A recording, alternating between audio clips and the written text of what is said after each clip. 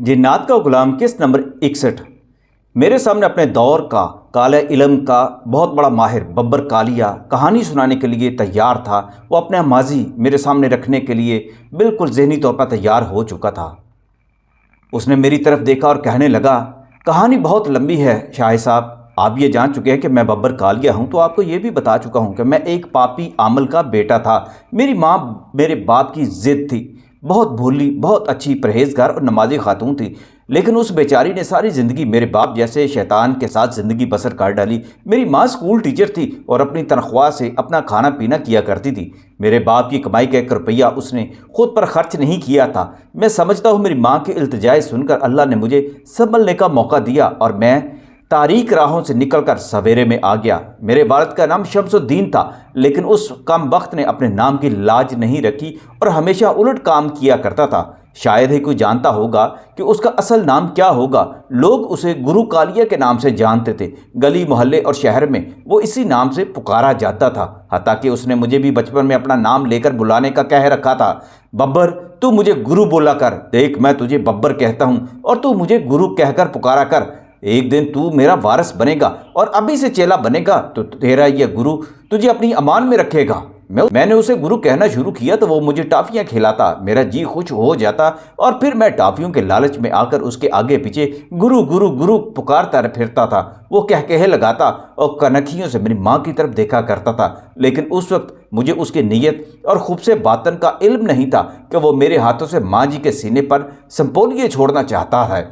गुरु सारी सारी रात घर से बाहर रहता था। उसकी सिर्फ मैं अकलौती औलाद था। उसकी बड़ी तमन्ना थी कि उसका बेटा बाबर हुसैन उसके फ़न का वारिस बन जाए, यानी काले इल्म का माहिर बन जाए। वो जिस रोज़ घर में वापस आता था, उसके चेहरे से वहशत टपक रही होती थी। आंखें सुर्ख और पूरे बदन से बदबू आ रही होती थी। दांतों पर स्याह मैल जम चुकी थी। आंखें उसकी मोटी थी, जिन्हें सुरमा डालकर इंतहाई गहरा वो कर लेता था, क्योंकि उसकी आंखों में नजरें नहीं डाल सकता था कोई भी। बहरहाल इसके बावजूद वो मुझे बहुत प्यार करता था, दुनिया जहाँ से ज़्यादा, और मेरी माँ से भी उसको बहुत ज़्यादा मोहब्बत थी। वो माँ को बुरा भला नहीं कहता था, ना मारता था, लेकिन माँ अनजाना सा खौफ उससे खाती और हमेशा दबी रहती थी।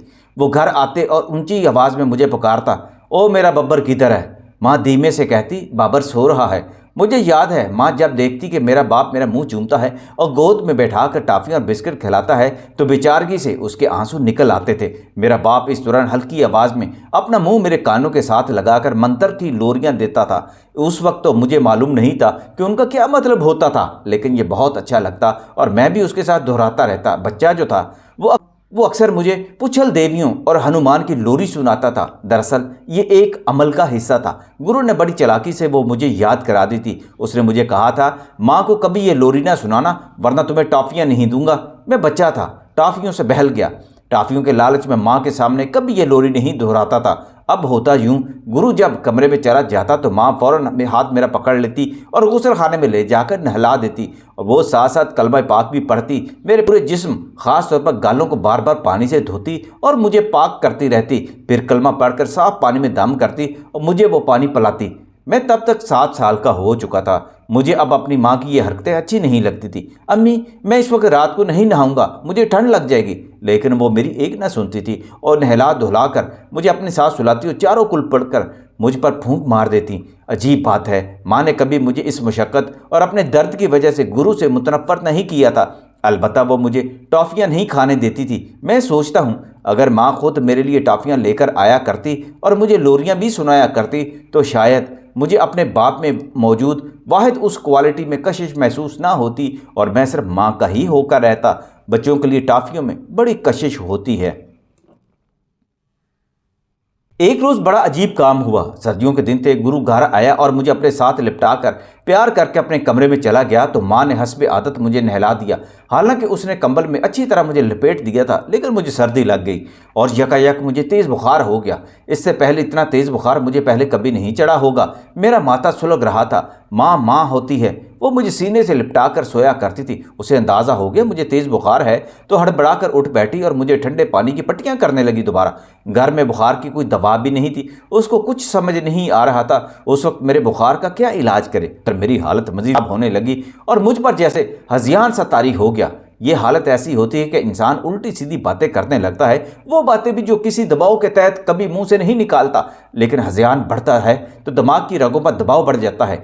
उस रात मेरे मुंह से पुच्छल देवी और हनुमान की लोरियां निकलने लगी। पहले तो माँ को समझ ना आई कि उसका बाबर हुसैन क्या पढ़ रहा है, लेकिन फिर वो अचानक कांपने लगी। उसको अब भी असल बात की समझ नहीं आई थी। माँ बोली जो थी, उसने ये जाना कि बाबर हुसैन का दिमाग उलट गया है, इसलिए उल्टा सीधा पढ़ रहा है, वो मरने वाला हो गया है। वो बेसाख्ता चीखी और गुरु का कमरा खटखटा कर बोली, जल्दी बाहर निकले, देखिए बाबर हुसैन को क्या हो गया है।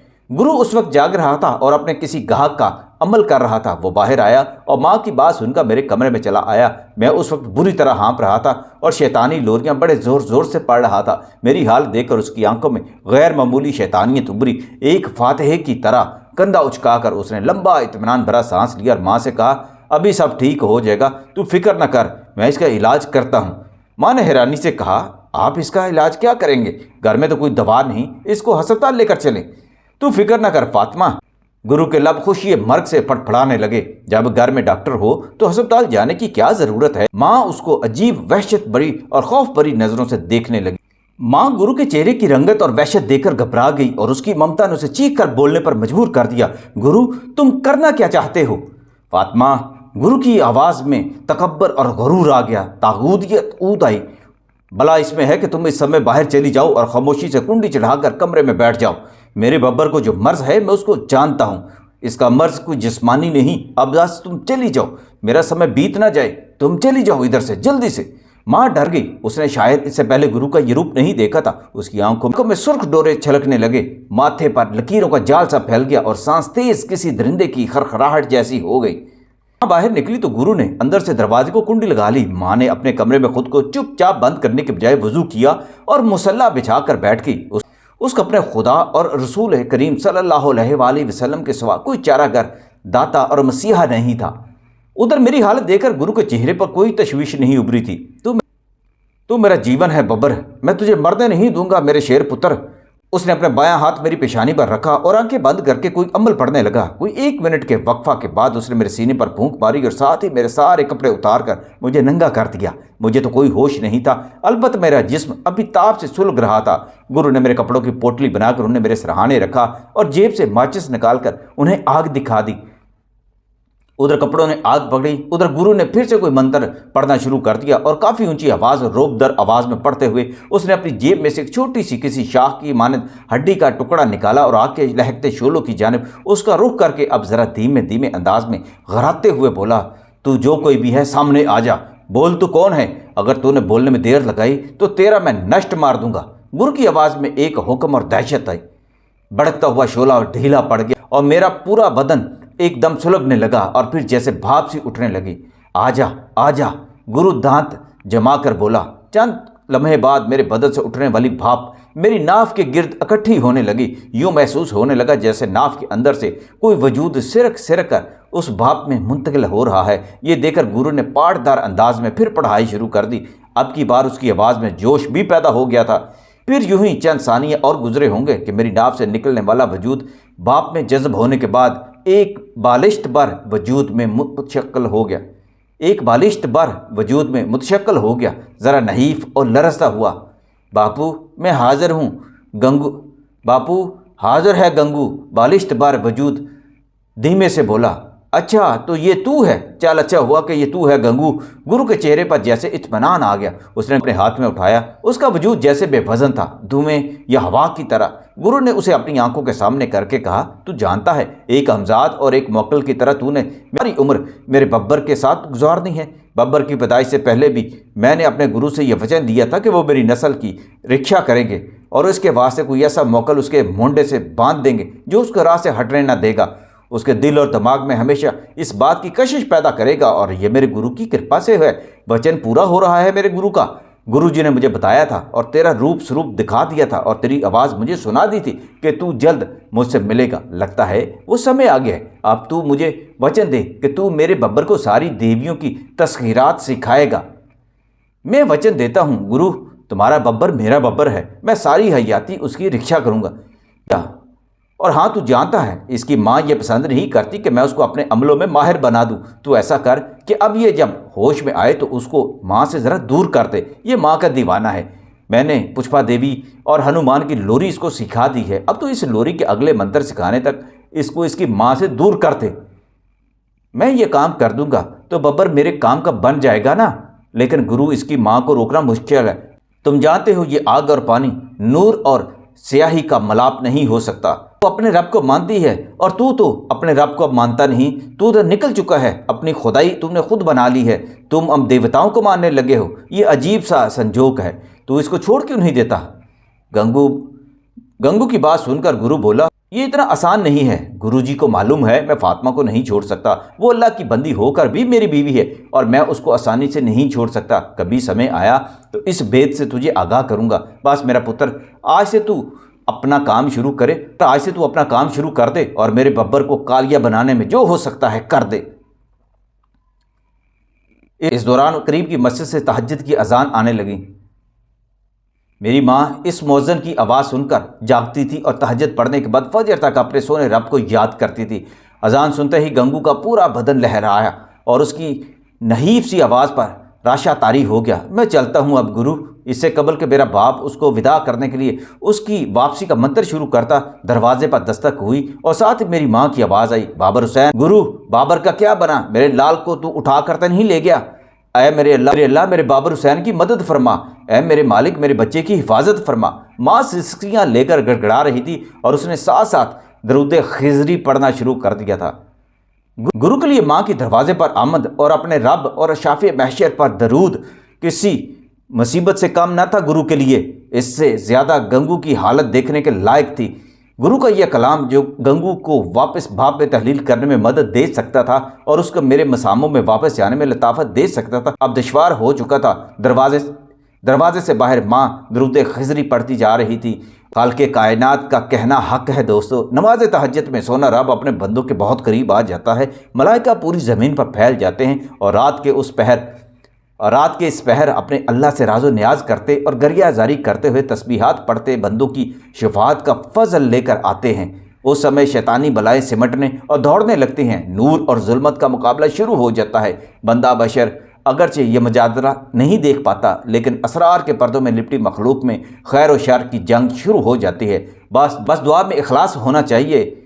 रब बहुत शफकत फरमाते हैं ऐसे बंदे पर। मेरी माँ की दुआओं और दरूद की बरकत से गुरु के लिए मंत्र पढ़ना मुश्किल हो गया। वो जानता था अगर गंगू मर गया, जल गया, तो बब्बर हमेशा से उसके हाथों से निकल जाएगा। उसकी रगों में उसकी सादका और मोमना माँ का दूध अपना असर दिखाने लग पड़ेगा, खून में दौड़ना बंद कर देगा। तो फिर ज़हन व कल्ब पर शैतानी वसावत से आज़ाद हो जाने का अमकान ज़्यादा बढ़ जाएगा। बेटा बाबर हुसैन एक नेकूकार और अच्छाई का आलम बन जाएगा। लेकिन गुरु को यह गवारा नहीं था, वो हारना नहीं चाहता था। उसने एक लम्हा में फैसला किया और मुझे जट अपनी चादर में लपेटकर गोद में उठाया और गंगू से बोला, गंगू पुत्र ज़रा दम रखना। ये कहते हुए उसने दरवाज़ा खोला और सामने खड़ी मेरी माँ को धक्का देकर उसने पीछे किया और मुझे उठाकर घर से बाहर निकल गया। माँ दरवाजे में गिर गई और गिरते पड़ते भी उसने गुरु को रोकने की तमाम कोशिश की थी और घर की चौखट पर रेंगती गिरती पड़ती आकर ढेर हो गई। उसकी आंखें गली के अंधेरे में गुरु को देख रही थी। गुरु गैज़ो गज़ब में आगे आगे भाग रहा था। मुझे हाथों में उठाए वो दीवानगी से कुछ पढ़ भी रहा था। उसकी सांसें तेज तेज चल रही थी। वो मुझे अपने महान गुरु के आस्थाने पर ले आया। ये एक पुराना कब्रिस्तान था और आबादी से दूर 2 किलोमीटर के फासले पर था। रात तारीख थी, आसमान पर तारे भी स्याह बादलों की आड़ लिए हुए सो रहे थे। कब्रिस्तान के रास्ते गुरु के लिए अजनबी नहीं थे। उसे कब्रिस्तान की वीरानी और दहशत में पहुंचते ही सुकून और ढारस सी बंद गई। लगा जैसे अपनी सल्तनत और आफियत में आ गया है। टूटी फूटी और गहरे खड्डों वाली कब्रों को फलांगता हुआ एक बूढ़े बरगद के दरख्त तले आकर रुक गया और सांस लिए बगैर अध बनी झोंपड़ी में घुस गया, जिसका कोई दरवाज़ा नहीं था और लकड़ी के स्तूनों पर उसकी छत खड़ी थी। झोंपड़े में दाखिल होते ही गुरु चलाया, पिता गुरु जी मेरे बब्बर को बचा लो। उसके चेहरे पर अब गैज़ो गज़ब की एक भी परछाई नहीं थी। एक लाचार बाप की तरह वो अपने गुरु महान को मदद के लिए पुकार रहा था। गुरु की आवाज़ सुनकर चटाई पर लेटा हुआ एक मरियल सा इंसान कसमसाया। गुरु पिता गुरु स्थान घाट में हैं। यह सुनते ही गुरु झोंपड़ी की दूसरी जानिब लपका और चंद कब्रें फलांगने के बाद एक घास में फंसी हुई कब्र के सरहाने पर जा खड़ा हुआ और कुछ पढ़ने लगा। न जाने वो क्या क्या बोलियां पढ़ता रहा, लेकिन जो भी पढ़ता रहा वो सब खिलाफ शरीयत था और इसकी इस्लाम में कोई गुंजाइश नहीं। इसलिए मैं वो अल्फाज भी आपको नहीं बताना चाहता जो मेरा बाप पढ़ रहा था, हालांकि मुझे याद है वो अल्फाज, लेकिन मैं कहता हूँ ऐसे अल्फाज मुंह से निकालना भी कुफ्र है। लेकिन अमलियात की दुनिया में जो लोग नूर का इल्म ख़त्म कर देते हैं, नूर की दुनिया से हट जाते हैं और काले इल्म की दुनिया में लग जाते हैं, उनके अल्फाज भी ऐसे ही पापी होते हैं, गंदे होते हैं, शैतानी अल्लूम से वो मरसा होते हैं। इसलिए वो इसी गंदी राह पर चलते चलते ऐसे कलमात पढ़ते रहते हैं जो किसी भी एक मुसलमान को अपनी ज़बान से अदा करना बिल्कुल मुनासिब नहीं लगता और ये बिल्कुल कुफ्रिया कलमात होते हैं। गुरु ने झुककर उस ज़मीनी रास्ते में देखा और हामते हुए बोला, मेरे पिता गुरु, बब्बर की छाया मरने वाली हो गई है, नीचे आ जा। जमीन दोज रास्ता के नीचे से एक कड़कदार सी आवाज़ सुनाई दी। गुरु जल्दी से उसकी गहराई में उतरा। उसके सामने पिता गुरु कुंडली मारे जमीन से 1 फुट ऊंचा हवा में मोल्लक दिखाई दिया। बापू, मेरा बब्बर। गुरु ने मुझे उसके सामने ज़मीन पर धैर्य से रखा और उसके चरणों में गिरकर आंसू बहाने लगा। मैं हैरान था कि काले मंत्रों, चड़ेलों और जिन्नातों को मारने वाला, इंसानों को अबरू चढ़ाकर परे फेंकने वाला मेरा बाप मेरी मोहब्बत में इतना घायल भी हो सकता है, कमज़ोर भी हो सकता है। मुझे अब बात का अंदाज़ा हो चुका है कि माँ बाप बनने के बाद एक जालिम और जाबर इंसान के अंदर भी खून ठांठे मारने लगता है। ये मेरा भी बब्बर है गुरु, तू चिंता न कर, मैं देखता हूँ इसको। महान गुरु ने धीरे से कहा और आंखें खोलकर मेरी तरफ देखा। गुरु ने जिस चादर से मेरा तन ढांप रहा था उसे हटाया और फिर मैं नंग दड़ंग कब्र के फर्श पर बेसुध लेटा था। हाँ, ये एक कब्रनुमा एक तहखाना था। इसमें बमुश्किल एक आध बंदा ही बैठ पाता था, लेकिन उस वक्त मेरी हैरानी की इंतहा न रही जब महान गुरु ने कुंडली मारे फिर आंखें मूंद ली और हाथों में मोटे मोटे दानों वाली माला जपते हुए कुछ तंत्र बोला तो कब्र के तारीक और तंग तहखाने में एकदम से कई स्याह वजूद वारद हो गए और अजीब सी बू आने लगी। गंगू, महान गुरु ने मेरी परछाई को पुकारा, लेकिन गंगू की कोई आवाज़ सुनाई ना दी। तो महान गुरु ने अचानक आंखें खोल दी। सुर्ख अंगारा नजरों के गिर्द स्याही के डोरे थे। गंगू, महान गुरु ने जोर और गजब से उसका नाम पुकारा, लेकिन इस बार भी गंगू ने कोई जवाब ना दिया। गुरु, तुमने ये क्या गजब कर दिया, तुझे इतना प्राण बदयान सिखाए हैं। गुरु, तुमने ये क्या गजब कर दिया, तुझे इतने प्राण बदयान सिखाए हैं और फिर भी ये नाड़ी का नाड़ी रहा तू। गंगू से मेल कराने का ये कौन सा समय था? तुझको कितनी बार ये विचार दे चुका हूँ कि मेल मिलाप का समय हर समय नहीं होता। जिस कारण तूने ये कर दिखाया है वो देवताओं और महाशक्तियों का समय नहीं था। तू महान गुरु ने मेरे बाप की तरफ कहत भरी नजरों से देखा और तशवीश भरे अंदाज में गहरी सांस ली। पुरख बुलाकर ही इसकी परछाई का जीवन वापस लाना पड़ेगा अब। गुरु ने हाथ जोड़ दिए। पिता गुरु, क्षमा कर दो, माफ़ कर दो। ये सब ठीक हो रहा था, लेकिन फातिमा ने बेड़ा गर्क कर दिया है मेरा। तुझे कितनी बार कहा है फातिमा के सामने या उसकी घर में मौजूदगी में बब्बर पर तजर्बे ना किया कर, इसको जलाया ना कर मूर्ख। भगवान और शक्तियों को अच्छा नहीं लगता कि तू फातिमा के होते हुए बब्बर पर तंत्र मंत्र किया करे। क्या तू भूल गया है कि हमने बब्बर जैसा शक्ति महान पैदा करने के वास्ते कितनों का खून बहाया और कष्ट झेले हैं। तू बावला ना बन जाया कर, अब देखना कितना कष्ट झेलना पड़ सकता है हमें। महान गुरु ने बदस्तूर नाराजगी से कहा, इस बस्ती में हम कोई ऐसा कार्य नहीं कर सकते कि मुल्ला और मौलवी हमारे पीछे पड़ जाएं। धीरज और ध्यान का काम होता है ज्ञान। महान गुरु ने मेरे बाप को डांटने के बाद विचार किया और बोला, अब तो अपनी बलि चढ़ा ताकि इसकी परछाई को वापस लाया जा सके। अगर तेरी बलि से गंगू का दिया रोशन हो गया तो जान लेना बलि स्वीकार हो जाएगी, कि बलि स्वीकार हो गई और गंगू वापस आ जाएगा। मेरा बाप यानी गुरु तो जैसे जानता था कि बलि कैसे चढ़ाई जाती है। उसने कुर्ते की जेब से वही नोकदार हड्डी बाहर निकाली और उसकी नोक अपनी कलाई के रग पर रखकर अपने गुरु को देखने लगा। महान गुरु ने अपने अबरू तान कर उसे हल्का सा इशारा किया। इस दौरान महान गुरु ने अजनबी जुबान में स्याह परछाइयों को जो कब्र के तहखाने में आन मौजूद थी उन्हें इशारा किया और उन्होंने मुझे अपने हाथों में इस तरह उठाया कि ज़मीन से 1 फुट ऊपर मुझे टांगों और कांधों से पकड़कर तख्ते की तरह सीधा मुअल्लक करके कुंडली मारे महान गुरु के सामने हमवार कर दिया। मेरा बाप उठा और उसने तंत्र मंत्र पढ़ना शुरू कर दिए। उसने अपनी कलाई मेरी नाफ के ऊपर जरा टेढ़ी कर दी। महान गुरु भी अबलीसी श्लोक पढ़ने लगा। यकायक कब्र का सारा माहौल और मंजर तब्दील हो गया। जिन स्याह तारीक परछाइयों ने मुझे हाथों में उठा रखा था वो भी महान गुरु की तकलीद में वही अश्लोक दोहराने लगी और यूं मुख्तलिफ आवाज़ों से अश्लोक संगीत की सूरत में एक ख़ास रिदम से गूंजने लगा। एक परछाई ने अपने ज़ोर से हाथ झटके तो उसके हाथों में एक रोशन दिया नजर आने लगा। दिया उसने मेरे सीने पर रख दिया। उसकी हल्की हल्की और मध्यम रोशनी के पस मंजर में गुरु और महान गुरु दोनों के चेहरों पर तागूती मुस्कान नजर आने लगी थी। गुरु ने अब नोक से कलाई की रग को दबाया तो उसमें से खून की हल्की सी एक बूंद मेरी नाफ पर गिरी और फिर दूसरी, और इसके बाद खून की धार बन गई और मेरी नाफ किसी बर्तन की तरह खून को अपने अंदर यूं भरने लगी जैसे ये बहुत बड़ा बर्तन हो जो भरने में नहीं आ रहा। उधर दिए की रोशनी जो पहले ही हल्की थी उसकी लौ फड़फड़ाने लगी। उसके साथ ही मेरे बाप की हालत भी बिगड़ने लगी। अब तक उसका काफ़ी खून बहकर मेरी नाफ के कटोरे में जमा हो चुका था और उस पर कमज़ोरी और नकाहत गलबा पाने लगी थी। ये देखकर महान गुरु के चेहरे पर शदीद किस्म की हैरत पैदा होने लगी। दोस्तों, इस किस्त में बयान करता जो वाक़यात मैं बता रहा हूँ, ये काली दुनिया में रहने वाले और ख़ास तौर पर जो गैर मुस्लिम होते हैं और उनसे बहुत सारे मुसलमान, नाम नहाद मुसलमान भी जब ऐसे अलूम सीखते हैं तो वैसी ही दुनिया में गर्क हो जाते हैं जो मकरो फरेब की दुनिया है, जो शैतान की दुनिया है। दोस्तों, अल्लाह से तौबा करनी चाहिए कि कब इस राह पर चलने की सोचनी नहीं चाहिए और अल्लाह से हमेशा इसी बात की दुआ करनी चाहिए कि जो भी राह हक़ पर चलना चाहता है, अमलियात सीखना चाहता है, रूहानियत की राह पर चलना चाहता है और चाहता है कि वो कोई अमल सीखे तो उसको सिर्फ़ रूहानी अलूम सीखने चाहिए, क्योंकि शैतान के रास्ते पर फैलाए हुए अलूम की दुनिया को पाने के लिए जो कुछ भी इंसान करता है आखिरकार उसमें तबाही होती है और उसकी ज़िंदगी इबरतनाक बन जाती है। इसलिए ये वाक़यात भी मैं आपको सुना रहा हूँ, आपको पता चले कि तारीक दुनिया, शैतान की दुनिया में किस कदर गुमराही है और उसका अंजाम आखिरकार तबाही है। और तबाह होता देखकर इंसान को शैतान रोता नहीं बल्कि हंसता है। वो इंसान को पहले खुशियाँ भी दिल फरेबी से देता है और उसके बाद उसको बर्बाद करके भी वो खुश होता है, क्योंकि इसी में उसकी फतह होती है। लेकिन हम इंसान जो अशरफुल मखलूक़ात हैं और अल्लाह की बनाई हुई बड़ी खूबसूरत एक मखलूक हैं और अल्लाह ने हम पर जो मुसलमानों पर जो अता किया है अपना नूरानी इल्म, हमें सिर्फ़ उसी के साथ अपनी जो रस्सी को है मजबूत बनाना चाहिए।